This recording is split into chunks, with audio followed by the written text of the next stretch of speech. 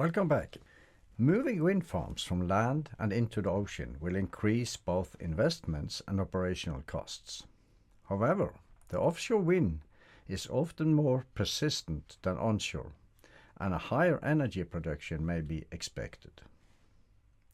To compare various wind farms and wind energy towards other energy sources, the term levelized cost of electricity or energy is frequently used.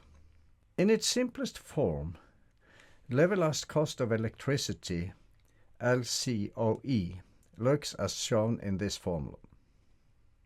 The LCOE is a measure of the average cost of energy over the lifetime of the system using a net present value approach. Both the costs and the energy production in each year are discounted back to year zero, where the investment is assumed to take place. This simple form of the LCOE does not represent the real cost of energy, but is a simple tool for comparing various projects and concepts. More advanced versions of the LCOE may account for investments over several years, various discount rates, depending on source of financing, tax effects, and inflation. Note also that investments related to grid connection and similar costs may or may not be included in the LCOE. The grid connection may represent a significant investment for offshore wind farms. As can be seen from the formula, the discount rate is an important parameter. Most renewable energy systems have a high initial investment and a low yearly operational cost, as compared to, for example, gas power plants, where the cost of gas is very important to the LCOE. This implies that a low discount rate favors the renewable systems.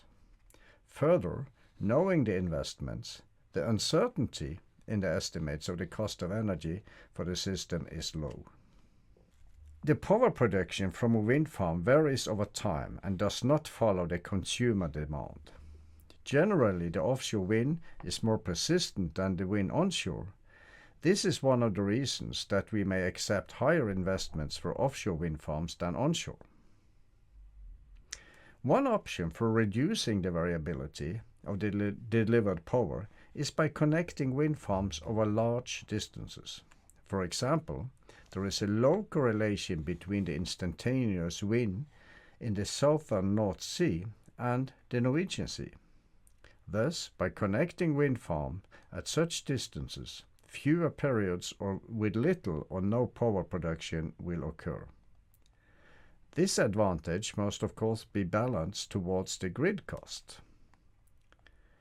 Anyhow, a balancing system is needed for intermittent power systems such as wind and solar.